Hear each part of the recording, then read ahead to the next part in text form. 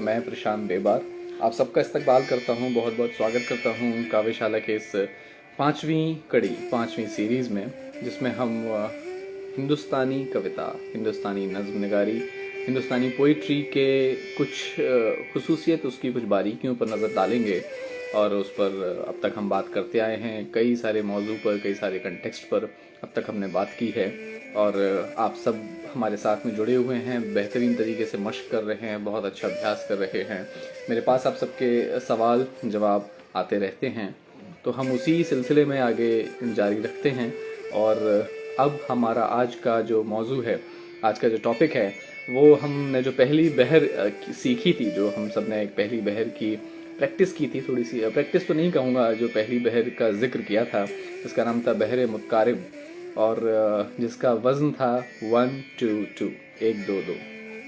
आज उस बहर पे कुछ चर्चा करेंगे। आज हम आपको लाइव लेंगे, अपने साथ में जोड़ेंगे और आज साथ मिलके प्रैक्टिस करेंगे। आज एक धुन दी जाएगी, आज एक बहर दी जाएगी, एक आपको उसका कहना चाहिए काफिया दिया जाएगा, एक कवाफी, जिसे हरफ कवाफी कहते हैं कि किस शब्द से काफिया जुड़ेगा, वो दिया जाएगा। और फिर हम आज अपना मशक शुरू करेंगे। तो आइए, सबसे पहले तो मैं जानना चाहता हूँ कि क्या मेरी आवाज़ आप तक बराबर पहुँच रही है? क्या मेरा तलफ़ुज़, मेरे लफ्ज़ आप तक बाकायदा पहुँच रहे हैं? अगर हाँ, तो किसी तरीके से कमेंट में बताइए। चूँकि आज मैं स्पीकर नहीं, आज ईयरफोन यूज़ कर रहा हूँ, तो मुझे इस बात का बिल्कुल भी अंदाज़ा नहीं है कि क्या मेरी आवाज़ आप लोगों तक बराबर आ रही है। जी, पूजा गौर जी की तरफ से कंफर्मेशन आ चुका है, बहुत बहुत शुक्रिया। हाँ जी, अब हम शुरू करते हैं, आगे चलते हैं। और आगे चलते चलते हम चाहते हैं कि कुछ एक दो चीज़ों को पहले शुरू किया जाए। अभी हाल फिलहाल में ही कल या परसों में गोपाल दास नीरज जी का जन्मदिन था, और नीरज जी को सबने अपने अपने तरीक़ों से याद किया था। तो क्यों ना एक नीरज जी का ही कलाम पढ़ा जाए, और नीरज जी के कलाम से शुरू करते हैं। तो कलाम है कि अब तो मज़हब कोई ऐसा भी चलाया जाए, अब तो मज़हब कोई ऐसा भी चलाया जाए जिसमें इंसान को इंसान बनाया जाए। अब तो मज़हब कोई ऐसा भी चलाया जाए जिसमें इंसान को इंसान बनाया जाए, जिसकी खुशबू से महक जाए पड़ोसी का भी घर। देखिए, शब्द का चयन देखिए, और कितना बेहतरीन मिजाज है कि जिसकी खुशबू से महक जाए पड़ोसी का भी घर, फूल इस किस्म का हर सिमत खिलाया जाए, फूल इस किस्म का हर सिमत खिलाया जाए। जी हाँ, ये वही नीरज जी हैं, ये वही गोपाल दास नीरज हैं जिनका लिखा हुआ नगमा हम सबको बहुत पसंद है। और आप सबने सुना होगा, शोखियों में घोला जाए फूलों का शबाब, उसमें फिर मिलाई जाए थोड़ी सी शराब, और फिर जो नशा हो तैयार वो प्यार है। जी हाँ, ये वही नगमा है।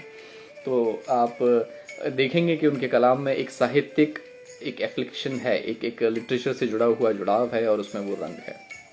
तो ये था। आइए, तो जी, आप अपने सवाल बताते रहें, और जो भी चीज़ आपके अगर कोई चीज़ रिपीट करनी है तो प्लीज़ वो भी आप कमेंट्स में लिखते रहिए। और पीडब्ल्यू की तरफ से जो भी हमारे सेल्स रिप्रेजेंटेटिव है, उनसे मेरी गुजारिश है, आग्रह है कि अगर मुझसे किसी तरीके से वो कमेंट या वो सवाल छूट जाए तो मुझे ज़रूर उस बात की याद दिला दें। अच्छा, और साथ साथ हमारे पहले 2 सेशंस के विनर प्रवीण चौधरी और दीपिका दानिश, दोनों को बहुत बहुत मुबारकबाद, बहुत बहुत शुभकामनाएं। आई थिंक आप लोगों के जवाब तीसरे और चौथे सेशंस के अभी मुझ तक नहीं आए हैं, तो जैसे ही आपके जवाब मुझ तक पहुंचेंगे, मैं कोशिश करूंगा थोड़ा सा वक्त निकाल कर और आपके जवाब देख सकूं, और आपकी मश्क और आपके उसमें जज्बात किस तरीके से आपने शब्दों में गुथे हैं, हम उस पर थोड़ी सी नज़र डाल सकें, और फिर हम आप तक वापस वो फीडबैक पहुंचा सकें पीडब्ल्यू के ज़रिए। और इसी के साथ सबसे पहले शुक्रिया पीडब्ल्यू का, मुझे यहाँ इनवाइट करने के लिए। आइए, तो अब हम शुरू करते हैं अपने आज के मौजू पर। सबसे पहले तो जो कुछ सवाल थे, और पिछली बार हमने बात की थी थोड़ा सा क्विक रिकैप करते हैं। हमने शुरू किया था हिंदुस्तानी शायरी पर, हिंदुस्तानी पोइट्री पर, और फिर हम धीमे धीमे आए थे सबसे पहले वज़न पर, और हम आए थे कि छंद बहर की ज़रूरत क्यों, और कितने तरह के बहुत सारे सिन्फ हैं, बहुत सारी फॉर्म्स हैं, जिसको हमने कभी गज़ल की टर्म है, एक नज़्म है, कसीदा है, मरसिया है, मसनवी है, इन सब पे धीमे धीमे हम चले। तो सबसे पहले मैंने उसमें से गज़ल उठाया, क्योंकि गज़ल एक सबसे बेहतरीन और मुकम्मल एक फॉर्म है उर्दू पोइट्री की, हिंदुस्तानी शायरी की। और ऐसा नहीं है कि गज़ल सिर्फ उर्दू ही भाषा में या फ़ारसी में या अरबिक में कही गई है, मराठी में भी गज़लें हैं, भोजपुरी में भी गज़लें हैं। तो आपको मराठी, भोजपुरी सारी गज़लों को सुनना चाहिए, पढ़ना चाहिए। अंग्रेज़ी में भी गज़लें हैं, तो आप पढ़ेंगे तो आपको पता चलेगा। तो आज मेरा मुख्य जो एक मेरा मंसूबा है, जो कि मैं आज मैं खुद कम बात करके आज मैं आपकी ज़्यादा सुनूं, क्योंकि जो पहली बहर हम 1-2-2 1-2-2 1-2-2 1-2-2 4 रुकन हैं 1-2-2 के, मीन्स इसके अरकान हैं 1-2-2 1-2-2 1-2-2 1-2-2। इस पे आज हम प्रैक्टिस करें, क्योंकि ये वर्कशॉप है, ये क्लास नहीं है, ये किसी तरह की थियोरेटिकल लेक्चर नहीं है। आज हम उस पर मश्क करें और आज देखें कि आप कैसे उस चीज़ को प्रैक्टिस में लाते हैं। और उस साथ साथ एक टॉपिक है इजाफत पे आज हम बात करेंगे। पिछली बार हमने अलिफ वस्ल, मतलब आ का मिलन से जो शब्द बनते हैं, अगर और जीते रहते, मिर्ज़ा गालिब का मैंने पिछली बार हवाला दिया था, उनकी मिसाल पेश की थी कि अगर और जीते रहते यही इंतज़ार रहता, तो इंतज़ार होता। अगर और, तो अगर और, अगर का वज़न क्या है 1-2, और का वज़न 2-1, लेकिन अगर और का वज़न क्या है, अगर और का वज़न है 1-1-2-1। तो देखिए आ मिलाने से कैसे वज़न बदल जाता है, ठीक है। अच्छा, इसके साथ ही मुझे एक और चीज़ याद आई। वो बात ये थी कि आप लोगों में से कई लोगों ने ये गुजारिश की थी कि किसी तरह के नोट्स प्रोवाइड किए जाएं, और आपकी बात बिल्कुल लाजमी है, बिल्कुल सही है, क्योंकि 1 घंटा वो भी हिंदुस्तानी शायरी का, वो भी रोज़ नहीं, कभी कभार, बिल्कुल भी ज़्यादा नहीं है हिंदुस्तानी शायरी को समझने के लिए।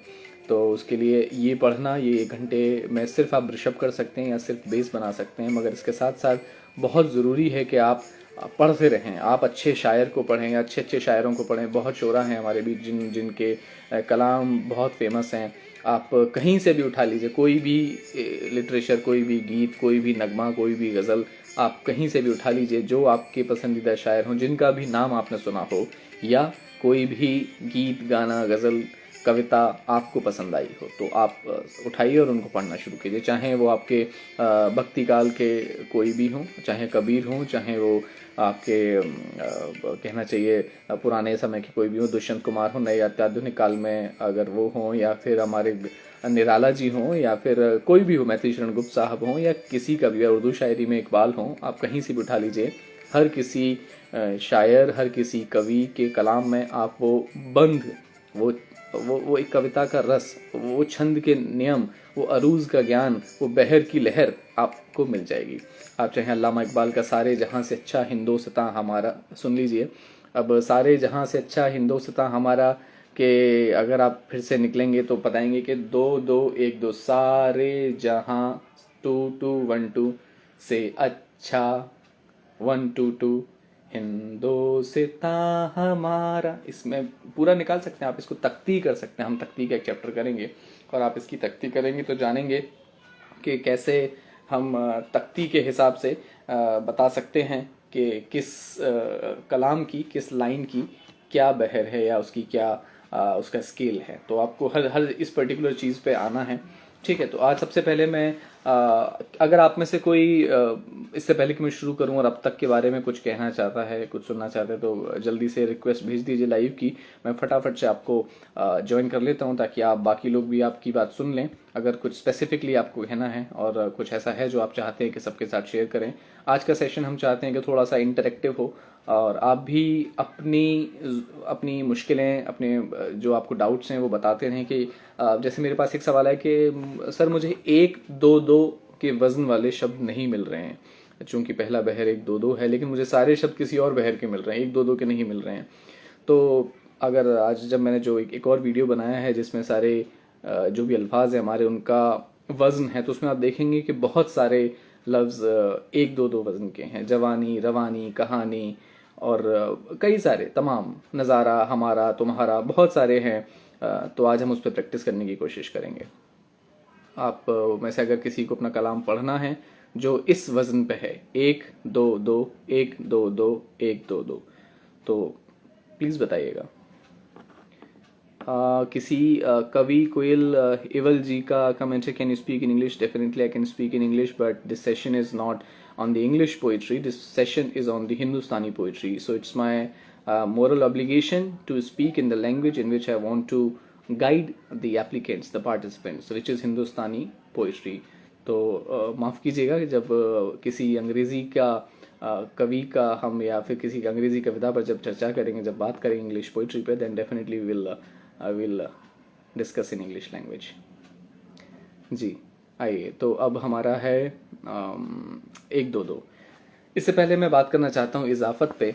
तो इजाफत इज़ व्हेन, जब भी हम अपनी अभी तक मात्रा गिराने का नियम हमने पढ़ा था, अब हम आ रहे हैं मात्रा को इजाफत। मात्रा का बढ़ाना नहीं है specifically, but this is about कैसे शब्द मिलके शब्द का इजाफा हो जाता है, ठीक है, उसके सौंदर्य में भी इजाफा हो जाता है।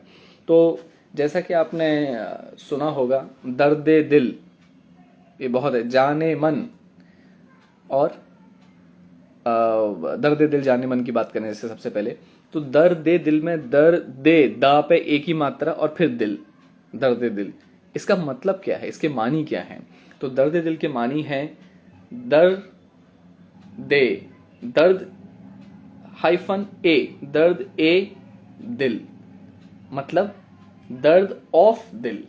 तो जो इजाफत में हम ये चीज कहते हैं कि दिल का दर्द, तो दिल का दर्द मीन्स पेन ऑफ हार्ट, तो दर्द ए दिल, उसको हम इस तरीके से लिखते हैं। अब इस पे छोटी छोटी कुछ कुछ बारीक पॉइंट्स हैं जो मैं आपको बताना चाहता हूँ।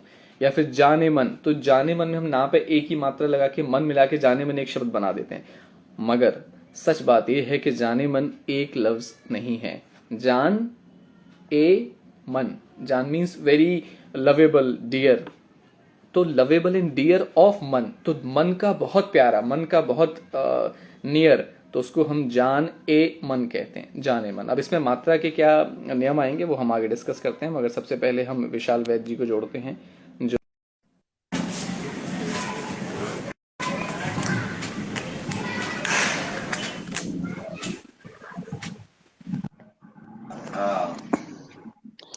नमस्कार। हेलो, विशाल जी, बहुत बहुत स्वागत है आपका। Thank you so much.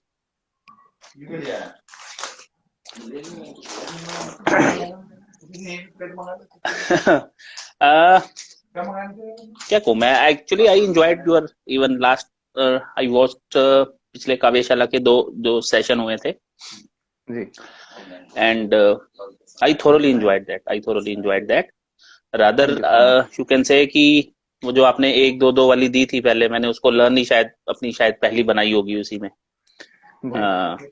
तो सो जस्ट कीप कंटिन्यू यार। I am lucky to be attending this sessions.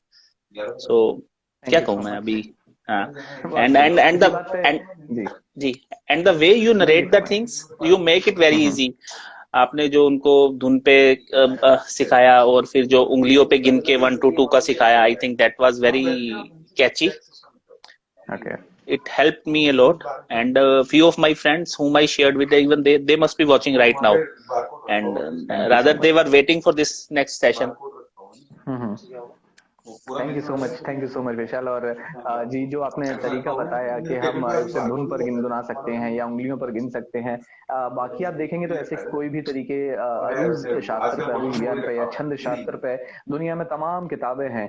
कहना चाहिए बड़े बड़े उर्दू और हिंदी स्कॉलर से लेकर सबकी किताबें, मगर कहीं भी वो अप्रोच नहीं है जो बिल्कुल एक बिगिनर को चाहिए। बहुत सारी चीजें हैं कि जो आप एडवांस लेवल पे सीख सकते हैं, लेकिन बिल्कुल एक जो बिगिनर है जो सिर्फ यूट्यूब पे वीडियो देखता है या जो कुछ अच्छा कलाम पढ़ता है, अगर वो वैसा लिखना चाहे तो उसके बीच में बहुत ग्रोथ है।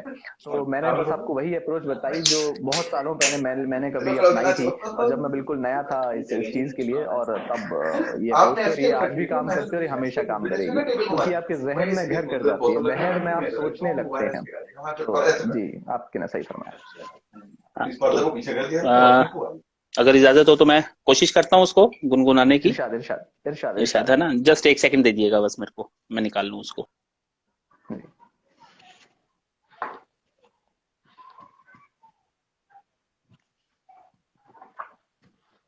दोस्तों आप भी अपने अपने कलाम के साथ बिल्कुल तैयार रहें, और चाहे वो 2 लाइन हो चाहे वो 5 लाइन हो, लेकिन आज हम चाहते हैं कि हम 1-2-2 वाले रुकन की बहर, बहर मुतकारिब, जो पहला एग्जाम्पल लिया था, क्योंकि वो बहुत आसान बहर है, उसमें सीखना जरूरी है, उसमें उससे अगर हम शुरू करेंगे तो हमारे लिए बहुत अच्छा है।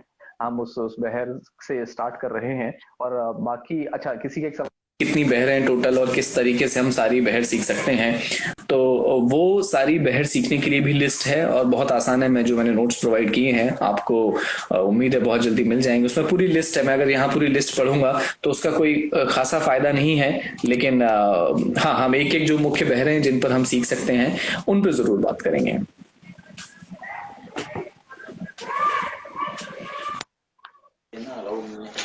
Sorry, I just got that. हो सकता है मैं पूरा ना बोल पाऊं इसी तरह से कि मेरी छत पे आज तुम कुछ सितारे सजा दो, मेरी छत पे कुछ तुम आज सितारे सजा दो, चलो आज तुम उस फलक को गिरा दो, तेरी बंदगी मैं हमेशा करूंगा, तेरी बंदगी मैं हमेशा करूंगा, अगर मजहबों में मोहब्बत मिला दो। वाह क्या बात है। और एक और शेर में क्या है कि मेरे को बहर में याद करने के लिए सोचना पड़ रहा है, वही बोलू जो था, तो आप बहर में ना भी हो तो बस लिखा बहर में आप समझ लीजिएगा थोड़ा। एक से चमन की रजा अगर उससे पूछो, चमन की रजा अगर उससे पूछो, सभी तितलियों को पलक पे बिठा दो। ओके। और एक था लास्ट की, फिर ना सीता कोई जमी में समाए, फिर ना सीता कोई जमी पे समाए, चलो आज एक नया कायदा बना दो। फिर ना सीता कोई जमी में समाए, इस मिसरे का मुझे कान में ऐसा लग रहा है कि ये शायद कहीं बेबहर है। हम इसकी आपके सामने तख्ती करना चाहता हूँ मैं लोगों के सामने। ना फिर कोई की मात्रा गिराई गई है दोस्तों। जी मैं लोगों को समझाता चलूं साथ साथ, इसमें कोई बताया था एग्जाम्पल के कोई का वजन 2 1 भी हो सकता है, तो यहाँ उन्होंने बड़ी ई की मात्रा गिरा के उसे 1 में काउंट किया है। ना फिर कोई सीता, जमीन की जगह उन्होंने जमीन यूज किया है। जमीन में एक ही मात्रा है तो उसका 2 वजन है, जमीन में समाए, ना फिर कोई सीता जमीन में समाए, ना फिर कोई सीता, ये जमीन में समाए। जी बिल्कुल बहर में। तो ये लिखा था, कुछ और भी थे शेर पर अभी एकदम से याद नहीं है मेरे को। So thanks to you, because of you I could make this and I found it easy rather than वो किताबों में पढ़ने वाला बहुत it becomes so complicated at times. Yes, definitely. I understand that. And hope it helps to you and hope it helps everybody. And keep just stay connected with us, sir. अब बहुत सफर बहुत आगे बाकी है, मिलते बात करते हैं। Thank you so much. शुक्रिया इरशाद। हेलो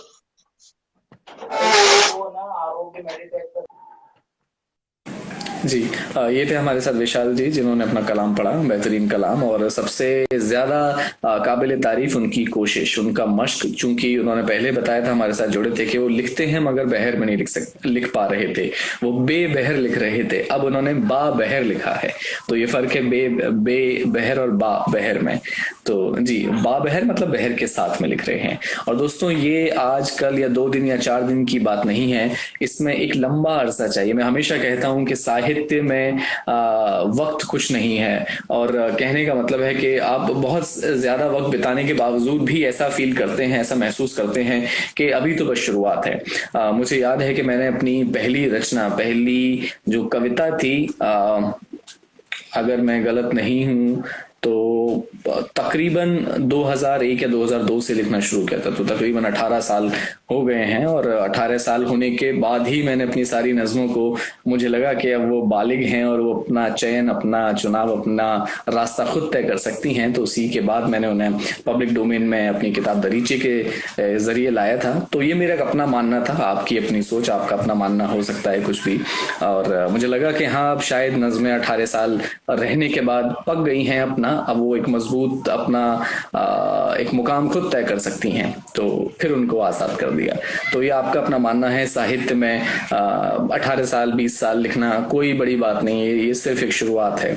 और एक लंबा अरसा लिखने के बाद, जैसे रुबाई लोग अपने करियर के एंड में लिखते हैं, जो 40 साल 50 साल लिख चुके होते हैं। फिराक गोरखपुरी की जो रूप किताब है, आप उसको पढ़िए, उन्होंने बहुत अंत में लिखी थी, तो वो भी एक कॉम्प्लिकेटेड फॉर्म है। हम उस पर आएंगे, धीमे धीमे बात करेंगे, क्योंकि बहुत ज्यादा चीजें हैं।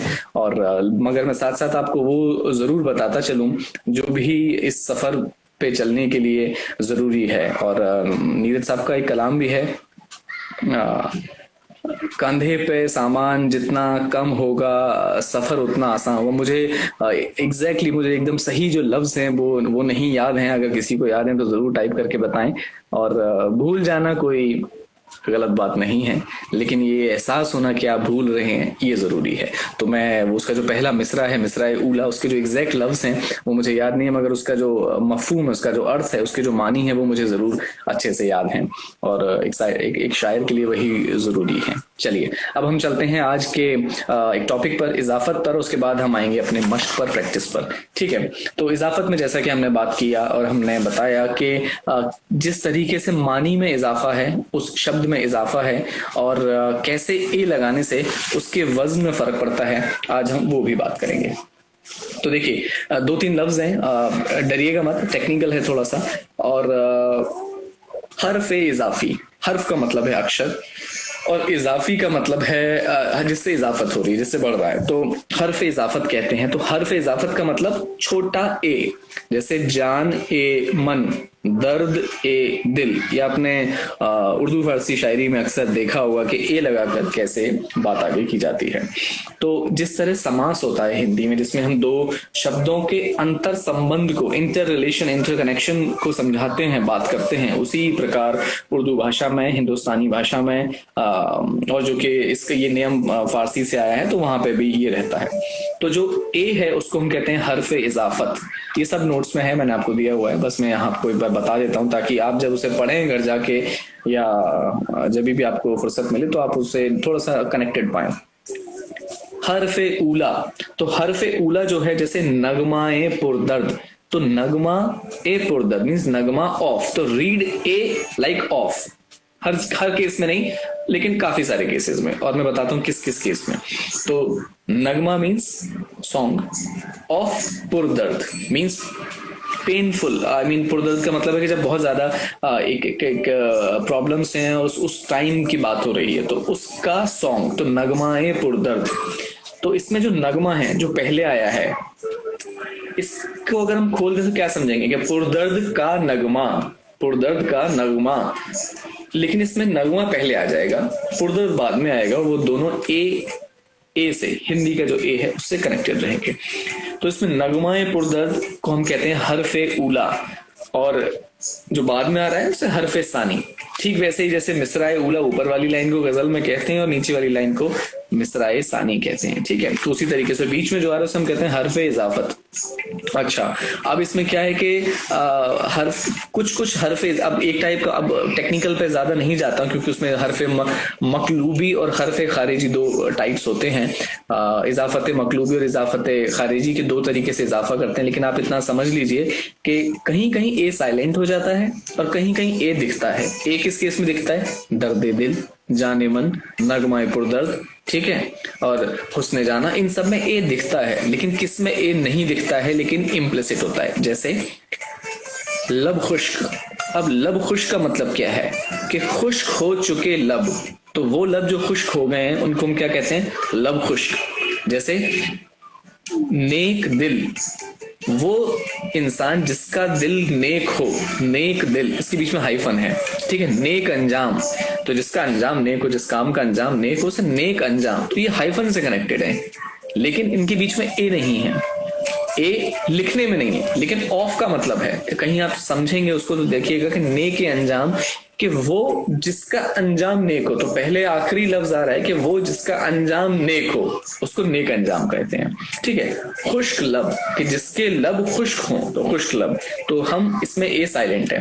अब दूसरा टाइप जो ज्यादातर शायरी में इस्तेमाल होता है वो है इजाफत खारिजी। तो इजाफत खारिजी में क्या है कि उसको हम का के की तरह पढ़ते हैं। जैसे दर्द ए दिल, तो दर्द ऑफ दिल, नगमा ए पुरदर्द, तो नगमा ऑफ पुरदर्द, तो ए को ऑफ की तरह पढ़ते हैं, का के की। हिंदी का का, जैसे दर्द का नगमा, दर्द दिल नगमा ए दर्द, तो का के की, लाइक दैट। या फिर उसे विशेषण की तरह पढ़ा जाए, वो भी आएगा। कैसे आता है, अब कैसे इस्तेमाल होता है, देखिए ये बड़ा कमाल फन है। अब कमाल फन मतलब फन का कमाल, कमाल का फन नहीं, फन का फन मतलब यहाँ पे स्किल, आर्ट, ये एक फन है, फनकार जिसे कहते हैं ना, आर्टिस्ट, फनकार। फन का कमाल, तो कमाल फन मतलब ये फन का कमाल, तो ऑफ आ रहा है ना, कमाल ऑफ फन, तो इसमें का इस्तेमाल हुआ।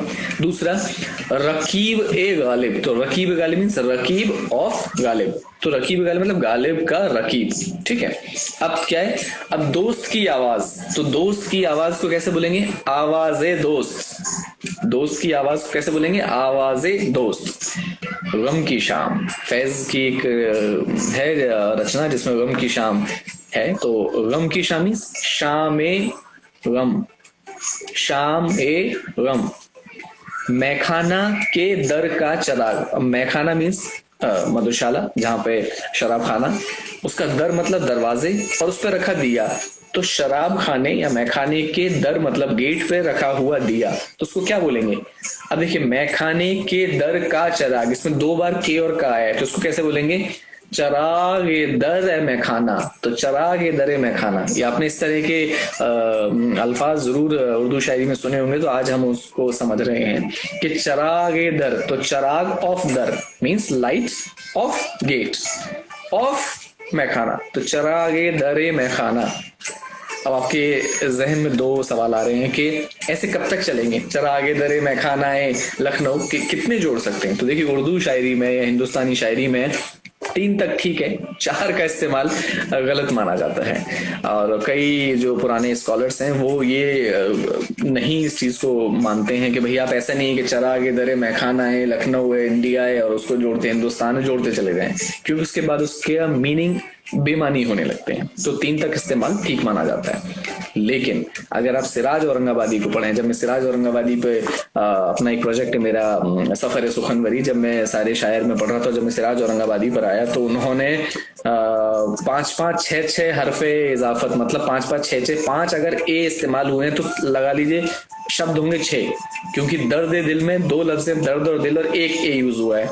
तो इसका मतलब अगर मैं 5 ए की बात कर रहा हूं तो 6 लफ्ज इस्तेमाल हुए होंगे। तो उन्होंने कितना connect of this of this of this of this इस्तेमाल किया। ये भी अपना अपना एक फन था, पुराने शायर ऐसा करते थे, क्योंकि पहले लोगों को ऐसा समझ आता था, आम बोलचाल में ऐसा था। अब आम बोलचाल में ऐसा नहीं है, और हमको पता भी नहीं है कि हम कहाँ पे इजाफत का इस्तेमाल करते हैं। आप जाने मन कहते हैं, लेकिन आपको नहीं एहसास है कि आप जान हाइफन ए हाइफन मन कह रहे हैं, मीन्स जान ऑफ मन कह रहे हैं, लेकिन आप बोलते जाने मन एक शब्द है। ठीक है। अच्छा, अब इसका हमारी बहर से क्या लेना देना है। देखिए ए का वजन, ए की मात्रा है, हम पहले 2 लेके चले थे। ठीक है। जब इजाफत में इसका इस्तेमाल होता है तो उसका मूल वजन होता है 1। जैसे दर्द, दर्द का वजन कितना होगा, 2 1। आप मेरे बोलने के साथ साथ टाइप भी कर सकते हैं, दर्द का वजन है कितना बताइए, 2 1। ठीक है। तो दर्द दिल का कितना होना चाहिए था, 2 1, ए का भी और दिल का भी, तो दर्द दिल। लेकिन हम जब दर्द दिल लिखते हैं हिंदी में तो दा रा और दर्द दूसरे वाले दा पे ए चढ़ा देते हैं मात्रा, और फिर लिख देते हैं दिल, दर्द दिल, दर्द दिल। अब दूसरे दा पे जब ए की मात्रा चढ़ी तो वजन होना चाहिए था 2, मगर इजाफत में हम वजन गिरा के कर सकते हैं, 2 1 2। दर्द दिल, दर्द दिल का वजन, दोबारा गौर फरमाइए कि मैं कह रहा हूं दर्द दिल का वजन 2 1 2, दर्द दिल। और जहां जरूरत पड़ती है इस ए को जो हमने नीचे गिराया है इसको हम ऊपर उठा के दो कर लेते हैं, दर्दे दिल। इसका मतलब हम मात्रा में इजाफा कर देते हैं, इसी का नाम इजाफत है। दर्दे दिल, दर्दे दिल, दर्दे जिगर, जहां भी है तो दो दो दो अगर हमें कहीं चाहिए, जैसे फॉर एग्जांपल हमारी बहरे बहरे हजज और जिसका रुक्न है 1 2 2 2, एक 3 बार 2, जिसमें कि कोई दीवाना कहता है कोई पागल समझता है लिखिए, तो उसमें आप ये दर्दे दिल ना ना ना, ये दर्दे दिल, क्योंकि आपने ये एक और दर्दे दिल वहां 2 2 2 चाहिए था, 3 बार 2 चाहिए था, लेकिन आपको दर्दे दिल इस्तेमाल करना था तो आपने 2 2 2 की जगह दर्दे दिल लगा दिया वहां पे। तो इस तरीके से आप अपनी बात को बिना अपने बहर से खारिज किए कि यार ये तो यहाँ फिट ही नहीं हो रहा है और मुझे नहीं समझ में आ रहा है, मेरी बात ये है, ठीक है। अच्छा, लोगों ने कहना है कि दर्द दिल या दर्द -ए दिल। बहुत अच्छा सवाल है, शुक्रिया अंकिता जी, बहुत अच्छा सवाल है। जब आप ऐसे हिंदी में लिख रहे हैं तो हमेशा दर्द -ए दिल लगाकर ही लिखें, ठीक है। मगर जब इसे बोलते हैं सुनते हैं तो हम इसे दर्दे दिल कह देते हैं, लेकिन हिंदी में ये दर्दे दिल ए दिल लगाना गलत है, इसमें इसके मानी बिगड़ जाते हैं। अगर आप हाइफन लगा के लिखेंगे, हिंदी से मेरा मतलब देवनागरी में, देवनागरी में अगर आप लिख रहे हैं, स्क्रिप्ट की I am talking about script, अगर स्क्रिप्ट में लिख रहे हैं तो दिले नादा तुझे हुआ क्या है, बता इस दर्द की दवा क्या है। तो दिले नादा, अब दिले नादा, अब देखिए दिले नादा में क्या हम का वो हमारा वो है कि दिल 2, ए 1, नादा 2 2, तो दिले नादा का क्या वजन होना चाहिए था, 2 1 2 2, ठीक है। लेकिन हम इजाफत में ए की मात्रा को कम करके गिरा लेते हैं जिसपे ए आता है। तो जैसे जब पढ़ते हैं दे ले, ला पे ए की मात्रा, दिले नादा, तो दे ले ना दा, तो इसका हमने वजन बना लिया 1 1 2 2। 1 क्यों, छोटा दे, दे ले ए की मात्रा है, जिसपे ए की मात्रा आती है, मैंने अभी भी बताया कि जब दिले नादा मात्रा चढ़ा लेते हैं, जैसे दर्द दिल में है, तो हम उसकी मात्रा को गिरा सकते हैं। तो 1 1 2 2, दिले नादा, दिले दे ले नादा, दे ले नादा, 1 1 2 2, ठीक है, 1 1 2 2। लेकिन जरूरत पड़ने पे हम इसे चढ़ा भी लेते हैं, इसीलिए इजाफा भी कर लेते हैं। जैसे यार ये बात तो बड़ी काबिल तारीफ है, तो काबिल तारीफ मतलब काबिल ए तारीफ, तो काबिल तारीफ का मतलब ही है कि तारीफ के काबिल, तारीफ के काबिल, के की तरह पढ़ेंगे ना, तारीफ के काबिल है, ये बात तारीफ करने के काबिल है, तभी तो काबिल तारीफ है। तो काबिल 2 2, ए 1, ता री फ, तो 2 2 1 2 2 1, काबिले तारीफ, तो काबिले तारीफ 2 2 1 2 2। लेकिन जब इसमें ए ला पे ए की मात्रा चढ़ा दें और हाइफन लगा के हम ए ना लिखें अलग से, जैसा कि मैं आपको बता रहा हूं, तो फिर इसके वजन में क्या फर्क पड़ेगा।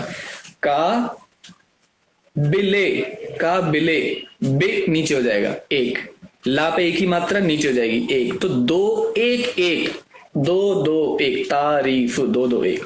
तो जहां पे इसका वजन होना चाहिए था 2 2 1 2 2 1, वहां हो जाएगा 2 1 2 1 1 2 2 1। कंफ्यूज ना हो ना, जहां पर ए की मात्रा आती है वहां वजन गिर के 1 हो जाता है, बस इतना कहना है। काबिले इश्क मतलब इश्क के काबिल, काबिले इश्क, या तुम काबिले इश्क ही नहीं हो, मतलब तुम इश्क करने के लायक ही नहीं हो, लेकिन तुम तो इसका मतलब है कि काबिले इश्क। काबिले इश्क में क्या होगा कि ला पे जब हम मात्रा चढ़ाएंगे काबिले इश्क, तो उसका वजन हो जाएगा 2, का बे 1, ले पे एक ही मात्रा है लेकिन हमने वजन गिराकर 1 करते हैं, इजाफत के केस में वजन गिराते हैं। तो का बे ले इश्क, इश्क का वजन तो 2 वेट जैसा है, ठीक है। तो शिकवाए गम, तो गम का शिकवा करना, तो शिकवाए गम, तो शिक वा ए गम, जल्दी से बताइए इसका वजन कितना होगा, टाइप कीजिए और बताइए। शिक वाए गम, शिक वाए गम क्या होगा, शिकवा -ए गम, शिक वाए गम। आंसर्स टाइप कीजिए जल्दी से बताइए, और फिर हम आते हैं आज की एक्सरसाइज और प्रैक्टिस पर। शिक वाए गम,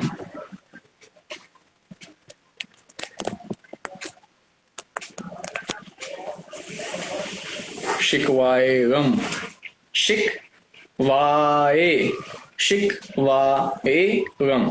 तो शिकवा का बताइए पहले तोड़ के, शिकवा का वजन कितना होगा? शिक वा ए गम। I am waiting for your answers, please expedite.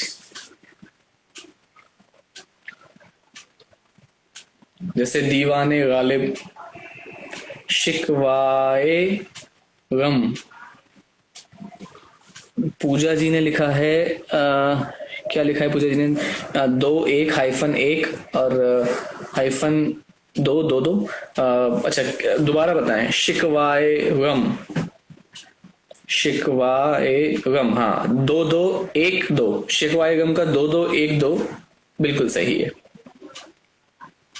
2 2 2 नहीं हुआ, शिकवाए गम का होगा 2 2 1 2, क्योंकि शिक शाश्वत दीर्घ 2, वा बड़ा 2, शिक वा ए। बताया अभी भी इजाफत में मात्रा 1 हो जाती है, ए गम गम, गमनी गम। मतलब दोनों छोटे लफ्ज को मिलाकर हम एक साथ बोलते तो उसे शाश्वत दीर्घ करते हैं, कहते हैं, जैसे मैं बहुत बार बता चुका हूं। तो गम, गम का वजन है 2, तो शिकवाए गम 2 2 1 2। ये तो हो गया बताना, लेकिन इसको हम यूज कहाँ करेंगे? तो एक बहर आएगी, बहर रमल, जिसका रुकन होगा 2 2 1 2 2 2 1 2 2 2 1 2। जब वो ये वाली बहर आएगी तो हम बहुत सारे हमारे ऐसे हमारी गजल होंगी जिनको हमें इसी बहर में लिखना होगा, और फिर ये आपको शिकवाए गम बहुत काम देगा। और शिकवाए गम जब हम इस बहर पे आएंगे तो मैं बताऊंगा इस बहर में लिखने के लिए क्या अच्छा है। जैसे ला ला ला ला ला ला ला ला ला ला ला ला ला ला, बहुत सारी धुन है जिसमें आप इस बहर पे लिख सकते हैं, और अलग अलग बहरों के लिए अलग अलग धुन भी हैं जो आप बना सकते हैं। ठीक है, तो ये तो रहा शिकवाए गम। दीवाने गालिब, दीवाने गालिब का मतलब गालिब का दीवान, मीन्स दीवान ऑफ गालिब। दीवान क्या होता है भाई? वो दीवानी जिस पे हम सोते हैं। दीवान, दीवान मतलब सारी पोइट्री का कलेक्शन, तो दीवाने गालिब। ठीक है, आप भी हमारे साथ ओके ठीक है। अगर किसी की रिक्वेस्ट है तो प्लीज भेजिएगा, मैं कोशिश करूंगा कि आप आज सब एक दूसरे को भी सुने ताकि पता चले कि प्रोग्रेस कहाँ तक पहुंच रही है। तो दीवाने गालिब, दीवाने गालिब का वजन कितना होगा जल्दी बताइए? दीवाने गालिब, दीवाने गालिब, दीवाने गालिब का वजन जल्दी से टाइप करके बताइए। मेरे पास रखिए पीछे दीवाने गालिब एक किताब है जिसमें गालिब का पूरा दीवान है, उसकी सारी पोइट्रीज का, उनकी सारी पोइट्रीज का कलेक्शन है, तो सारी गजलें हैं मुख्यतः। तो बताइए दीवाने गालिब। और जल्दी से फिर मैं इसमें कैच बताऊंगा कि इजाफत को ये तो बता दिया कैसे करना है, कहाँ करना है, पर कहाँ नहीं करना है वो भी जानना बहुत जरूरी है। तो बताइए दीवाने गालिब के लिए क्या है? दीवाने गालिब 2 2। अच्छा अंकिता, जिनका सही है तो उनको तो पता ही है उनका सही है, जिनका सही नहीं है मैं उनका बता दूं। अंकिता जी दीवाने गालिब, दीवाने तक तो सही है। दीवाने मतलब यहाँ पे नॉट दीवाने, क्रेजी नहीं। यहाँ अगर आप हिंदी में जैसा आपने अभी अभी लिखा है ना पे एक ही मात्रा लगा के अगर ऐसा लिखेंगे तो क्या लगेगा कि गालिब दीवाना था, तो दीवाने गालिब मतलब अरे वो गालिब बड़े दीवाने थे। यहाँ पे हमारा मतलब बदल रहा है, हमें लिखना चाहिए दीवान हाइफन ए हाइफन गालिब। इसका मतलब है दीवान गालिब का, मतलब गालिब का दीवान। तो इसका वजन है जो लोगों ने लिखा है बिल्कुल कुछ सक्षम रूह ने गलत लिखा है, दीवाने 2 2 1। अभी अभी बताया ना पे जब एक ही मात्रा इजाफत में लगती है तो वजन हो जाता है 1। दीवाने गालिब, गालिब, गालिब को हम कैसे बोल रहे हैं? गा दीर्घ स्वर है, लिब शाश्वत स्वर है, तो शाश्वत में क्या होता है कि 2 मात्राएं मिलके एक बनती है, तो लिब, तो ला पे छोटी की मात्रा 1 बा 1, तो 1 1 मिला के 2 बनता है। कभी भी गा ले बा ऐसे नहीं बोलते, गालिब दीवाने गालिब, तो 2 2 1 2 2 दीवाने गालिब का सही वजन है। ठीक है, यहां तक समझ में आ गया। अब ये कहाँ नहीं करना है, ये तो आपने सीख लिया कि कैसे करना है, सबसे जरूरी है ये कहाँ नहीं करना है। तो देखिए ये आया है हमारे हिंदुस्तानी शायरी में फारसी से। तो जो भी लफ्ज हमारे हिंदुस्तानी शायरी हिंदी उर्दू से लिए गए हैं हम उसमें इसका इस्तेमाल कर सकते हैं। लेकिन अगर आप इसे जैसे दर्द दिल मैंने बताया, अगर इसे पीरे हृदय करेंगे, पीर ऑफ हृदय, तो पीर ए हृदय तो नहीं चलेगा, क्योंकि पीर और हृदय दोनों संस्कृत से आए हुए हिंदी के लफ्ज हैं, हिंदी के शब्द हैं। वहां पे पीरे हृदय नहीं मैच करेगा। मींस शब्दों का जो ओरिजिन है वो भी या तो हिंदी उर्दू आई मीन वो भी हिंदुस्तानी, या कहना चाहिए हमारा उर्दू शायरी के लिए बेसिकली इसका इस्तेमाल किया जाता है, फारसी शायरी के लिए, उर्दू शायरी के लिए इसका इस्तेमाल किया जाता है। तो आपको एक तो लैंग्वेज का ध्यान रखेंगे, आप किस शब्द को उठा रहे हैं। पीरे हृदय एक अशुद्ध कहना चाहिए प्रयोग है, वो आप ऐसा नहीं करेंगे, ठीक है। पहली चीज तो शब्दों का एटिमोलॉजी, उनका ओरिजिन क्या है वो आपको समझना जरूरी है, ठीक है। अब दूसरी चीज हमें ये करना है कि संस्कृत के जो शब्द है, तत्सम शब्द हैं, हम उनके साथ इजाफत का इस्तेमाल नहीं, ठीक है, नहीं हो पाएगा। और जैसे बताइए कुछ जैसे मान लेते हैं गंगा का जल, तो गंगा का जल, तो जले गंगा नहीं कहेंगे इसको। अगर आप इसे जले गंगा कहेंगे तो ये गलत है, ये इस्तेमाल गलत है, क्योंकि इसमें जो जल है वो तत्सम से लिया गया है, ठीक है। तो इसीलिए आपको जो इसका इस्तेमाल करना है वो ध्यान रखना है कि किन लफ्जों पे करना है, किन लफ्जों पे करना है।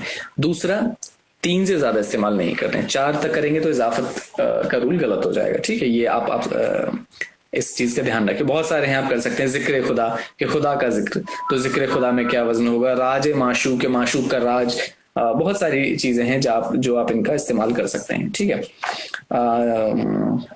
ओके, ये 2 बातें मैंने बता दी। अब मैं आता हूँ वावे अत्फ। वावे अत्फ एक रूल है जिसमें आप सबने सुना होगा, एक बेहतरीन गाना भी है, शामो सुबह एक बल, तो शामो सुबह, शामो सुबह, सुबह और शाम, याद आया। तो जिसमें हाइफन लगा के ओ कहते हैं, उसका क्या यूज है, तो उसको हम कहते हैं और या ओ एंड। तो शाम और सुबह मीन्स शाम और सुबह।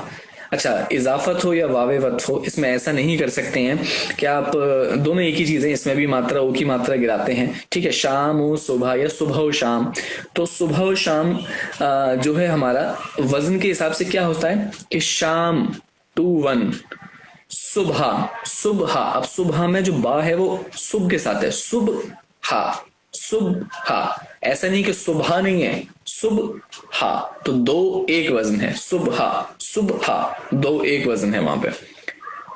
इस्तेमाल के अनुसार बहर में जरूरत पड़ती तो हम सुबह को 1 2 भी लिख लेते हैं, लेकिन सही मायने में इसका वजन 2 1 है, ना कि 1 2। सुबह बह बह नहीं है, सुबह नहीं है, सुबह सुबह, ठीक है। अच्छा, चूंकि सुबह का इस्तेमाल ये कि उर्दू शब्द है शाम और सुबह, और इसीलिए हम इसको सुब 2 और हा 1, सुबह, ठीक है। एक ये चीज आपको बतानी थी। तो जैसे सुबह मैं बता रहा हूँ सुबह शाम, सुबह शाम, तो सुबह शाम का वजन है सुबह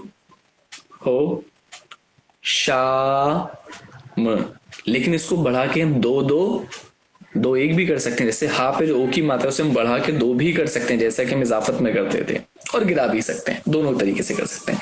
तो लेकिन कहना चाहिए कि इसमें ओ, एक और चीज आपको बतानी है, जो ओ की मूल मात्रा है, जैसे एक गालिब का एक शेर है कि वो फिराक ओ वो विसाल कहाँ, तो जो ओ आता है उसमें वो ओ है, उसका जो मूल वजन है वो हमेशा लघु होता है, मतलब 1 होता है, लेकिन जिसको हम दीर्घ मतलब 2 मतलब बड़ा भी बना लेते हैं, तो मात्रा उठाने का नियम यहाँ पे लागू हो जाता है, ठीक है। तो सुबह शाम का जो वजन के अनुसार है वो 2 1 2 1 है, सुबह शाम, लेकिन इसे उठाकर हम 2 2 2 1 भी कर सकते हैं। मिसाल के तौर पे मैं आपको कुछ शेर पढ़ देता हूं, आप देखिएगा कि वह फिराक और वो विसाल कहाँ, वो फिराक और वो विसाल कहाँ, वो शब ओ रोज ओ माह साल कहाँ, वो शब ओ रोज ओ माह साल कहाँ, तो शब ओ रोज ओ माह ओ साल कहाँ, तो इसका मतलब क्या है कि वह शब मतलब शाम, ओ और रोज मतलब और वो दिन, रोज माने दिन। ओ माह, माह मतलब मंथ। ओ साल, साल माने ईयर के। अब वो मिलना वो बिछड़ना कहाँ, ये मिर्जा गालिब का बहुत ही आला एक गजल, इनकी बहुत आला गजल है, आप उसको सुनिएगा कि वो फिराक और वो विसाल कहाँ, वो शब रोज ओ माह साल कहाँ। तो इसका मतलब भी यही है कि वो अब सुबह शाम वो दिन वो महीने अब कहाँ। तो इसमें देखिए आपने, इन्होंने कितनी बार ओ का इस्तेमाल किया है। वो शब ओ, रोज ओ, माह ओ, साल का, 3 बार ओ का इस्तेमाल आया, 4 लफ्ज जोड़े गए हैं। तो चार, this and this and this and दिन, इस तरीके से हम इसका इस्तेमाल करते हैं। अच्छा, जहां भी हम देखते हैं कि वजन गिराने का मैंने आपको बता दिया कि इसका वजन हम 1 और 2 जरूरत मुताबिक रख सकते हैं। सुबह शाम 2 2 2 1 चलेगा। सुबह ओ शाम 2 1 1 2 1 भी चलेगा। ठीक है, सुबह और शाम इसको हिंदी में ऐसे ही लिखा जाएगा, सुबह और शाम। लेकिन आप जब इस्तेमाल, ये अगर आप हिंदी कविता यूज करें जहां पे वजन, लेकिन अगर आप और लिखेंगे और, तो आप रा बोल रहे हैं, तो रा बोल रहे हैं तो आपको और का वजन 2 1 लेना पड़ेगा। सुबह और शाम का वजन अलग होगा सुबह शाम से। तो अगर आपके वजन की जरूरत सुबह शाम की है तो आप सुबह शाम इस्तेमाल करेंगे। अगर आपके छंद की, आपके बहर की जरूरत सुबह और शाम की है तो आप वो इस्तेमाल करेंगे, क्योंकि दोनों का वजन में फर्क है। तो आपको इस हिसाब से दोनों का वजन लिखना है। ठीक है, अब हमारे पास ये था आपका इजाफत और वावियत। ठीक है, तो वावियत भी बहुत जरूरी है। सुबह शाम और इस तरह के लफ्ज आप अक्सर देखते हैं कि भाई इस्तेमाल में आ रहे हैं, तो आप ध्यान रखिएगा। चलिए अब हम आते हैं थोड़ा सा प्रैक्टिस पे, जो बहुत जरूरी था, जो मैं चाहता हूं कि मुख्य रूप से हम वही करें। जी नहीं अंकिता जी, ओ हिंदी संस्कृत वर्ड के साथ भी यूज हो सकता है क्या? जी नहीं, जैसा कि मैंने अभी बताया कि आप इसमें ऐसा नहीं कर सकते कि एक दूसरी भाषा का शब्द उठा लें और एक दूसरी भाषा का उठा लें, एक इंग्लिश का उठा लें, एक हिंदी का उठा लें और एक संस्कृत और जर्मन का, वैसा नहीं चल पाएगा। इसमें दोनों जो लफ्ज जिनको आप ओ से जोड़ रहे हैं वो एक ही ओरिजिन के होने चाहिए। हालांकि अब इसमें भी दो मत हैं कि देखिए कुछ साल पहले तक जो हमारा तरक्की पसंद शायरी थी उसमें जो कुछ लफ्ज थे, अभी हाल ही में कुछ शायरों ने इस्तेमाल किए हैं, उन्होंने दोनों लफ्ज एक ही भाषा के रखे हैं लेकिन वो दूसरे ओरिजिन से उठाए, मतलब वो उर्दू और फारसी लफ्ज नहीं है, उनका वहां से ओरिजिन नहीं है। एक और चीज मैं आप लोगों को यहाँ से बताना चाहूंगा कि अगर किसी को ये कंफ्यूजन है या किसी को ये गुमान है कि हिंदुस्तानी भाषा में सिर्फ उर्दू या फारसी के ही लफ्ज हैं और अगर उर्दू फारसी मना कर दिया तो फिर हम किस को जोड़ें, तो इसके लिए आप लौट कर जाइए 1938 में, 1938 में आरजू लखनवी साहब, बहुत ही आला शायर, बहुत ही जीनियस पर्सन, उनकी एक किताब है। उस किताब का नाम है सुरीली बांसुरी। ये किताब आप पढ़िएगा और इस किताब में सारे के सारे वो लफ्ज इस्तेमाल हैं हिंदुस्तानी के जिनका एक भी ओरिजिन फारसी या अरेबिक से नहीं है। एक बार आरजू लखनवी साहब को किसी ने चैलेंज दिया कि भाई अरे क्या तुम्हारी उर्दू और हिंदुस्तानी क्या भाषा है, इसमें तो सब सिर्फ उर्दू अरेबिक और कहना चाहिए अरबी और फारसी ही तो लफ्ज हैं, पर्शियन ही तो लफ्ज हैं, उसमें और है क्या? उन्होंने इस चैलेंज को लिया, उन्होंने कहा ऐसा नहीं है, हिंदुस्तानी में देखिए कितने अलग अलग शब्द हैं। तो उन्होंने उसके बाद आरजू लखनवी साहब ने पूरी की पूरी एक पूरा का पूरा एक मजमूआ, पूरा का पूरा एक कलेक्शन निकाला सिर्फ इसी बात के लिए कि ये दिखाने के लिए, प्रूव करने के लिए कि उस पूरी किताब में जो सारी की सारी गजल, जो सारी की शायरी, जो शायरी है, जो सभी उसमें रचनाएं हैं, उसमें एक भी लफ्ज अरबी या फारसी का इस्तेमाल नहीं है। वो खालिस उर्दू या खालिस हिंदुस्तानी है बिना फारसी या अरबिक यूज किए। तो आप वो किताब अगर आपको मिले तो जरूर पढ़िएगा, अदरवाइज ऑनलाइन अवेलेबल है, रेखता ई बुक्स पे भी अवेलेबल है, आप उसको पढ़िएगा। वो काफी आपकी वोकैबुलरी एनरिच करने में हेल्प करेगी। ठीक है, आइए अब हम आते हैं और अब कैसे एक्सरसाइज करनी है। किसी को मैंने कहा था कि तरही मुशायरे और तरही गजल पे भी थोड़ा सा फोकस करें। तरही गजल और तरही मुशायरा क्या होता है कि किसी और शायर की जमीन, अब शायरी में जमीन क्या होता है? जमीन के मानी है कि जब हम किसी का रदीफ और किसी के काफिए की तुक को बराबर रखते हुए उसमें अपने ख्याल डालें। अगर हम उसमें अपने ख्याल डालेंगे तो उस तरह की गज़ल को हम कहते हैं तरही गज़ल, और ये हिंदुस्तानी शायरी में बहुत एनकरेज की जाती है। इससे ऐसा नहीं है कि आप किसी और पर्टिकुलर शायर का एक उसका कुछ यूनिक चीज़ आप कॉपी कर रहे हैं या इंस्पायर हो रहे हैं, ऐसा कुछ भी नहीं है। आप उसकी जमीन पे एक अपने थॉट्स की फसल उगा रहे हैं, तो इसका इसीलिए भी इम्पोर्टेंस है क्योंकि इससे उस शायर को भी और ज्यादा तवज्जो मिलती है। ठीक है, तो बहुत सारी आप शुरू में चाहें तो तरही गजल पर भी गौर फरमा सकते हैं और उनकी उस गजल पे भी। और मैं आपको इसका एक मिसाल देना चाहता था। देखिए, जस्ट गिव मी ए 1 मिनट। एक है जब जिसका मैंने एग्जाम्पल दिया, वो फिराक और वो विसाल कहाँ। अब इस वो फिराक और वो विसाल कहाँ हमारे अपने दिखलाएं क्या, एक उसी के हमारे काफिया और उसी की रदीफ पे, हाँ, एक उसी की बहर समझिए। इस बहर का नाम है बहर खफीफ। 2 1 2 2 1 2 1 2 और 2 2, और लास्ट में जो 2 2 आ रहा है उसकी जगह हम 1 1 2 भी इस्तेमाल कर सकते हैं, वो उस बहर में छूट है। आपकी सहूलियत के लिए मैं उसका वजन टाइप कर देता हूँ। 2 1 2 2 हाइफन 1 2 1 2 एंड हाइफन 2 2, और अगर लास्ट में 2 2 की जगह पर हम 1 1 2 भी टाइप कर सकते हैं। और इस कमेंट को मैं पिन कर देता हूं, ठीक है। अब आपको सब दिखता रहेगा। अब इस वजन पे एक मतला और एक कुछ शेर सुनिएगा कि वो हया और वो मलाल कहाँ, वो हया और वो मलाल कहाँ, उसकी आंखों में वो सवाल कहाँ। वो हया और वो मलाल कहाँ, उसकी आंखों में वो सवाल कहाँ। आप शेर के अर्थ पे पहुंचिए, उसके मफहूम पे पहुंचिए कि अब उसका उस तरीके से अदा से शर्माना, वो मुस्कुराना और वो देखकर वो कर जाना कि आइए देख लिया, वो नहीं है। और जब मिल जाए आंखें तो जो पहले सवाल हुआ करते थे, क्वेश्चंस थे उसकी आंखों में, वो अब नहीं है। तो इस भावना को, इस जज्बात को एक मतले में कहा गया है कि वो हया और वो मलाल कहाँ, उसकी आंखों में वो सवाल कहाँ। आंख भर देखूं लब ये सिल जाएं, आंख भर देखूं लब ये सिल जाएं, चैन आए वो अब विसाल कहाँ। मतलब मीटिंग कहाँ, वो मिलना जुलना कहाँ जिससे अब चैन पड़ जाए। कि आंख भर देखूं लब ये सिल जाएं, चैन आए वो अब ये साल कहाँ, वो अब विसाल कहाँ। बीते सब साल, देखिए बीते 2 1, बीते सब साल बन के याद तेरी, बीते सब साल बन के याद तेरी, रह के याद आए ये वो साल कहाँ। 2020 के लिए एक स्पेशली शेर है कि बीते सब साल बन के याद तेरी, रह के याद आए ये वो साल कहाँ।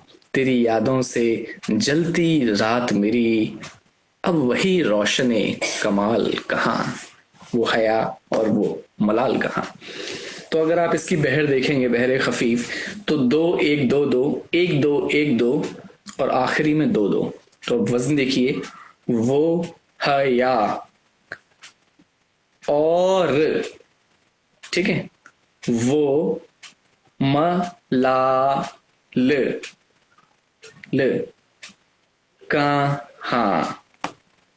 समझ आया आपको? बिल्कुल पहला मिसरा उसकी की मात्रा बड़ी होनी चाहिए, पर यहां मात्रा गिराई गई है। एग्जाम्पल, उसकी आंखों में मात्रा गिराई है, में। वो सवाल कहाँ। दोनों मिसरे बहर में हैं, दोनों के मानी इंपॉर्टेंट हैं। सबसे जरूरी सिर्फ बहर में होना, सिर्फ मीटर पे लिखना इंपॉर्टेंट नहीं है, उसका जो मफहूम है, उसका जो अर्थ है, उसका जो मानी है वो पहुंचना चाहिए। रोटी में सिर्फ उसकी शेप और उसका फूलना जरूरी नहीं है, जब वो कौर तोड़कर उसकी खुशबू, उसकी महक जब पहुंचे और वो जब स्वाद उतरे गले में, वो इंसान को इम्प्रेस करता है, ना कि जो उसका शेप और साइज, वो दूर तक इम्प्रेस करता है। जब तक आपकी थाली में, जब तक आपने तोड़ी नहीं होती, तब तक आपको रोटी की गोलाई और उसका फूलाई अच्छी लगती है, लेकिन एक बार तोड़ कर खाते हैं तो उसका स्वाद अच्छा लगता है। तो ठीक उसी तरीके से शायरी में स्वाद है, उसका मीनिंग, उसका अर्थ, वही आपको अच्छा लगेगा और वही आपको याद रहेगा, लेकिन उसके साथ साथ उसकी शेप, उसकी प्रेजेंटेशन भी इंपॉर्टेंट है। तो वो है बहर। तो लट्ठा खड़ा है, डंडा पड़ा है, दोनों का वजन बिल्कुल बराबर है। लट्ठा खड़ा है, 2 2 1 2 2, डंडा पड़ा है, डंडा पड़ा है, 2 2 1 2 2, बिल्कुल दोनों मिसरे बहर में। तो क्या गजल हो गई? क्या ये शायरी हो गई? बिल्कुल नहीं, क्योंकि दोनों मिसरों में कोई रब्त नहीं है, कोई मानी नहीं है। तो बिना मानी, बेमानी की शायरी हमें नहीं करनी है। उसमें एक मानी, उसमें एक जज्बात, उसमें एक एहसास, उसमें कुछ इन्फॉर्मेशन होनी चाहिए। अच्छा, जो मैंने वो हया और वो मलाल कहाँ पढ़ी जी, वो मेरी ही गजल है। वो हया और वो मलाल कहाँ, उसकी आंखों में वो सवाल कहाँ, आंख भर देखूं लब ये सिल जाएं, चैन आए वो अब विसाल कहाँ। जी, मेरी गजल थी जो मैंने बहुत शुरुआती दौर में लिखी थी, और जिस दौर में हम सीख रहे थे उस वक्त मिर्जा गालिब की गजल है, वो फिराक और वो विसाल कहाँ, वो शबो रोज वो माहौसाल कहाँ। तो ये उसी की जमीन पे है। ये एग्जाम्पल मैंने इसलिए दिया चूंकि मैं आपको जमीन बताना चाहता था। कहाँ इसका रदीफ है, और आल इसकी तुक है। मलाल, सवाल, विसाल, साल, गुलाल, कमाल, लाल, आल इसकी तुक है। तो वही तुक है जो मिर्जा गालिब ने उठाई, वही रदीफ है कहाँ जो मिर्जा गालिब ने लिया। तो मैंने उनकी ज़मीन को उधार लिया और उस पर अपने ख्यालों की, अपने तसव्वुर की, अपने तख़य्युल की खेती की। और वो खेती करने के बाद मुझे एहसास हुआ कि ये मेरे अपने भावनाएं हैं। वो हयार, वो मलाल कहाँ, उसकी आंखों में वो सवाल कहाँ, ये मेरे जज्बात हैं। लेकिन जमीन गालिब की है, चूंकि ये उनको एक ट्रिब्यूट है, ये उनको एक श्रद्धांजलि है, ये उनको एक सल्यूट है। इसके बहाने बाकी लोग पढ़ेंगे, गालिब को पढ़ेंगे और जानेंगे। इसी ख्याल से और इसी नीयत से उर्दू शायरी में ये रिवायत चलाई गई है कि आप किसी की भी जमीन पर अपने शेर कह सकते हैं। और इस तरह की गजल को तरही गजल कहते हैं। ये मैं क्यों बता रहा हूँ, चूंकि मेरे पास मैसेज बॉक्स में कुछ लोगों के आए कि हम उस पर नहीं लिख पा रहे, तुम कैसे लिखें। तो मैंने उनसे ये कहा था कि आप तरही गजल लिखिए, आप इससे शुरू कर सकते हैं, ठीक है जी। और इस तरह का मुशायरा होता है जिसमें तरही मुशायरा कहा जाता है, जिसमें हम जो लेजेंड्स हैं उनकी जमीन बताते हैं कि हम उनकी जमीन पे पढ़ रहे हैं, फिर अपने ख्याल कहते हैं। तो ये एक तरह का इनोवेशन भी है, तो इसीलिए इसको बहुत अच्छी नीयत से देखा जाता है जी। आइए, तो अब है प्रैक्टिस की बारी। तो अब हम शुरू करते हैं। वजन है, फिर से मैं वजन पे आ जाता हूँ। वजन है 1 2 2, बहर का स्केल 1 2 2 1 2 2 1 2 2, ठीक है। और ये आई थिंक मुझे पिन कर देना चाहिए, ये मैंने पिन कर दिया, ठीक है। 1 2 2 1 2 2 1 2। अच्छा, किसी ने बीच में लिखा था कि बिल्कुल संस्कृत के श्लोक जैसा है। बिल्कुल सही आपने फरमाया। संस्कृत के श्लोक हों या हमारे रामचरितमानस, दोनों छंद में लिखी गई हैं, और छंद भी बहर ही है या बहर भी छंद ही है, दोनों एक ही बात है। जब हमारा शुरू का सेशन हुआ था तब मैंने आपको हिंदी के छंद बताए थे, यगण, मगण, तमण, वो सारे के सारे आपको मैंने 8 छंद का जो वर्ण थे वो समझाए थे। दोनों एक ही बात है। संस्कृत के छंद पिंगल शास्त्र 2000 साल पुराना है, बहर मात्र 1200 साल पुरानी है, ठीक है। तो कैसे एक दूसरे से इंटर रिलेटेड है, ये बिल्कुल आपने सही फरमाया। और चूंकि आप देखिए रामचरितमानस अभी तक गाई जाती है, हनुमान चालीसा गाई जाती है। वो क्यों गाई जाती है, वो क्यों गा सकते हैं आप, चूंकि वो छंद में है, चूंकि वो बहर में है, तो इसीलिए ज्यादा याद रहती है। और इसीलिए सेशन में हम छंद और बहर की बात इसीलिए कर रहे हैं ताकि वो उसमें एक रवानी बने, लोग आपकी रचनाओं को गा सकें, वो लंबे समय तक याद रखी जा सकें। और तुलसीदास ऐसा नहीं है कि भगवान राम के टाइम के हैं और वहां राम जी अयोध्या से लौट रहे थे, तुलसीदास उनका वो लिख रहे थे। He was a legendary poet, पर उनकी पोइट्री का जो सब्जेक्ट था वो राम था। तो उन्होंने जो अपनी किताब लिखी, उन्होंने जो अपनी पोइट्री लिखी रामचरितमानस, वो पोइट्री थी जिससे बाकी लोग रिलेट कर पाए, क्योंकि धर्म एक ऐसा टॉपिक है। और इसीलिए उनकी, आप सोचिए हम एक किताब लिखते हैं और क्या कहते हैं कि उसे अगर 1 मिलियन कॉपीज बिक जाएं या 0.5 मिलियन बिक जाएं या 1 लाख कॉपी बिक जाएं तो हम क्या बेस्ट सेलिंग ऑथर बन जाते हैं, है ना। रामचरितमानस की कितनी कॉपी बिकी होंगी सोचिए, उस किताब की, वो किताब कितनी बड़ी बेस्ट सेलर है, ये सोच के देखिए। कितने लोग उसके चौपाइयां याद करते हैं, गाते हैं, वो सब प्रॉपर छंद में है। आप उसकी तख्ती कीजिएगा, आप निकालिएगा कि उसके शब्द का वजन कितना है, मात्रा कितनी है, कौन सी बहर में लिखी गई। आप उस बहर में अपनी रामचरितमानस लिखिए, अपनी कोई भी मानस लिखिए, जिस भी आप मौजू पे, जिस भी टॉपिक पे, जिस भी कंटेक्स्ट में आप लिखना चाहें, आप किसी भी मौजू पे लिखिए, भगवान पे लिखिए, इंसान पे लिखिए, किसी पे भी लिखिए, लेकिन आप इसकी तख्ती कीजिएगा और पाएंगे कि हाँ, ये वहीं लौटकर छंद और बहर पर आते हैं, वही पोइट्री पर आते हैं, पोइट्री का एसेंस है वहां पे भी। जी चलिए, और आखिरी कुछ वक्त, और इसमें हाँ, ये मैंने स्केल जो दिया आपको 1-2-2 1-2-2 1-2-2 1-2-2। अब इस पे मैं आपको रदीफ दे रहा हूं, मीन्स आपको आखिरी जिससे खत्म करना है वो है लगे हैं। ठीक है, लगे हैं, तो लगे हैं 1-2-2। तो 1-2-2 1-2-2 के जो 4 टुकड़े हैं उसमें जो आखिरी टुकड़ा है उसका रदीफ है लगे हैं। क्लियर? और इसकी जो कवाफी है, मेरे कहने का मतलब है जो काफिया की तुक है वो है आने, या मान लीजिए आने ही ठीक रहेगी। वो कैसे करेंगे हम? अब मैं आपके सामने एक मतला पढ़ता हूं, मैं आपके सामने 2 लाइन पढ़ूंगा, आपको फिर आगे कंटिन्यू करना है और एक एक लाइन आपको बनानी है। कैसे बनाएंगे? वो घर देर से जब से आने लगे हैं, वो घर देर से जब से आने लगे हैं, वही दर्द फिर से रुलाने लगे हैं। आप इसका मीनिंग समझिए कि वो घर देर से जब से आने लगे हैं मीन्स फीलिंग लोनली हेयर, वही दर्द फिर से रुलाने लगे हैं, वही दर्द फिर से रुलाने लगे हैं। तो अब इसका आपको स्केल समझ आया। अब इसको ध्यान में कैसे रखेंगे? मैंने बहुत सारी धुन बताई थी कि सेम इसको याद रखने के लिए, और वो कई सारी धुन ऐसे भी थी कि मोहब्बत की झूठी कहानी पे रो, या कुछ भी, आप कुछ भी मान सकते हैं। ये आपके अपने एक्सपीरियंस के ऊपर है कि आपको क्या धुन पे लिखने की जरूरत है, या आपको वैसे ही याद रहता है, या उंगली पे गिन सकते हैं। जैसे मुझे बीट्स पे याद रहता है कि वो घर देर से जब से आने लगे हैं, वही दर्द फिर से रुलाने लगे हैं। एक पैटर्न बनता है, एक छंद बनता है, एक श्लोक की तरह एक आवाज आती है।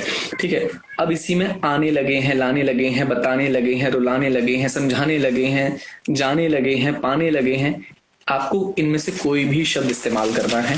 ठीक है, भुलाने लगे हैं, जमाने लगे हैं, सुलाने लगे हैं, बुलाने लगे हैं, फुलाने लगे हैं, आने लगे हैं, पाने लगे हैं, आजमाने लगे हैं, कोई भी शब्द इस्तेमाल कीजिए, लेकिन एक मिसरा बनाइए जो आने लगे हैं पे खत्म हो। ठीक है, चलिए कमेंट बॉक्स में फटाफट लिखिए, मैं कोशिश करूंगा कि मैं आपकी लिखी हुई लाइन को पढ़ूं। और अगर आपको जरूरत है धुन की तो मैं आपको एक धुन देता हूं यहाँ पे। एक बहुत आसान धुन है कि जो अल्लामा इकबाल, जिन्होंने हमारा सारे जहां से अच्छे हिंदुस्तान हमारा लिखा है, उन्हीं की लिखी हुई बहुत कमाल की गजल है कि सितारों के आगे जहां और भी हैं, अभी इश्क के इम्तिहान और भी हैं। तो इसकी एक धुन बनाई थी कंपोजर ने, वो राहत फ़तेह अली खान ने भी इस्तेमाल की है। तो आप अगर उसको सुनिएगा, सितारों के आगे जहां और भी हैं, अभी इश्क के इम्तिहान और भी हैं, ला ला ला ला ला ला। आप एक ये धुन पकड़ सकते हैं, एक बेसिक धुन है, बहुत सारी हैं। इशारों इशारों में दिल लेने वाले, ये वो भी यही धुन है। तो या फिर ये दौलत भी ले, फाकिर साहब का लिखा हुआ कलाम, ये शोहरत भी ले लो। आप कोई भी धुन पकड़िए, लेकिन आपको एंड करना है लगे से हैं। जैसे यही लाइन, वो घर देर से जब से आने लगे हैं, वही दर्द फिर से रुलाने लगे हैं, ला ला ला ला ला ला ला ला ला ला ला ला। वजन वही है, ला ला ला ला ला ला ला ला ला ला ला ला। 1-2-2 1-2-2 1-2-2 1-2-2 वही स्केल है। यम, ठीक है, यमाता, ये यमाता क्या है? हिंदी छंद शास्त्र में है, जिसपे कि हमारे तुलसीदास ने लिखा था। तो उनका क्या है छंद के यमाता यमाता यमाता यमाता, वही है जो सुदर्शन फाकिर ने लिखा और जगजीत सिंह ने गाया। सब कुछ वही है, सिर्फ समझने की जरूरत है। तो आइए बताइए जल्दी जल्दी। आने लगे हैं और लगे हैं पे एंड करना है। आने इसका काफी एक ही तुक है, जल्दी से बताइए। ला ला ला ला ला ला ला ला ला ला ला ला। जैसे हमी से मोहब्बत छुपाने लगे हैं, बन गई। हाँ, एक डिस्क्लेमर देना चाहता हूं मैं, इस प्रैक्टिस को आप शायरी ना समझें। ये जो प्रैक्टिस है, ये जो मश्क है, हो सकता है इसके कई मिसरे, कई हमारे जुमले अर्थहीन निकलें, जिनका कोई मानी ना हो। लेकिन फिर से वही दोहराना चाहूंगा कि अभी आप सिर्फ आटे की लोई बनाना, उसको बेलना सीख रहे हैं, उसमें स्वाद लाना, उसके गेहूं पे रिसर्च करना आगे की बात है। तो चूंकि इस वीडियो को बाद में हमें नहीं पता कि कुछ महीनों बाद कितने लोग देखें और उसके बाद उन्हें लगे कि अरे यार, हमी से मोहब्बत छुपाने लगे का मतलब क्या है, तो बड़ा है बेमानी सा मिसरा। हालांकि उतना बेमानी नहीं है, लेकिन फिर भी हो सकता है कि लगे कि भाई ये तो बड़ा बेमानी सा मिसरा, ये क्या शायरी हुई। तो यहाँ पे हम शायरी नहीं, यहाँ पे हम आपको बहर की अंडरस्टैंडिंग की बात कर रहे हैं, और उसमें कवाफी और उसमें काफिया के शब्द और उसमें रदीफ कैसे जुड़ेगा, मतलब तुकांत और रिपीट होने वाला शब्द कैसे जुड़ेगा, सिर्फ वो सिखा रहे हैं। तो एक एक मिसरा मैंने बताया, अब आप बताइए। हमी से मोहब्बत छुपाने लगे हैं, और क्या बनेगा?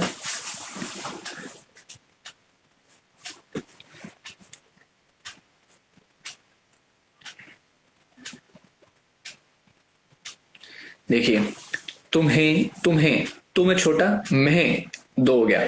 तुम्हें प्यार करके या करते जमाने लगे हैं, तुम्हें प्यार करते जमाने लगे। एक बिल्कुल अर्थहीन है, लेकिन मेरा मकसद यहाँ पे आपको ये समझाना है कि हम शब्द को कैसे बहर में बिठाते हैं। आज एक बार आपको समझना आ जाएगा, फिर उसके बाद आप जो भी सोचेंगे, आपके सारे ख्याल वो अपने आप बहर में आने लगेंगे। ख्वाहिशों को अपनी दफनाने लगे हैं, जब से उनके करीब हम आने लगे हैं। अब देखिए, इसमें सबसे पहली गलती मुझे देखते ही कैसे पता चली कि ख्वाहिशों, तो ख्वा का वजन है 2, लेकिन बहर शुरू हो रही है 1 से। तो हालांकि ये बैठेगा नहीं, लेकिन जिंदगी का वजन है 2 1 2, तो ये 2 से शुरू हो रहा है शब्द, लेकिन उसका चाहिए 1 से, मतलब बहर शुरू हो रही है 1 से। ठीक है, तो इसमें जो आपका एक था कि ख्वाहिशों को हम दफनाने लगे, उनका एक उन्होंने ये बात कही थी, तो ख्वाहिशों को हम दफनाने लगे हैं तो नहीं आ पाएगा। ठीक है,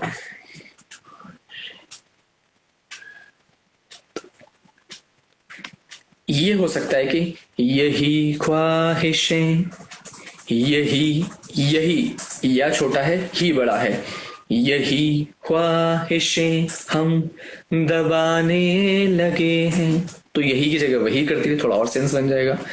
वही ख्वाहिशें हम दबाने लगे हैं, ये बनेगा। ठीक है, तो ख्वा से शुरू नहीं हो सकता। हमें देख वो मुस्कुराने लगे हैं, अपने आप आपको लग रहा है कि हाँ बिल्कुल। जब आप धुन पे बिठाएंगे ना, और आप मेरा यकीन मानिए, कोई भी किताब, कोई भी उस्ताद, कोई भी आपकी गजल या आपकी शायरी की इस्लाह करने वाला आपके अपने कान और जहन से बड़ा नहीं हो सकता। आप इसे एक बार खुद से आत्मसात कीजिए और गुनगुनाइए। हमें देख वो मुस्कुराने लगे हैं, पक्का बहर पे है एकदम, बिना किसी शब्द की मात्रा गिराए। बहुत अच्छा मिसरा।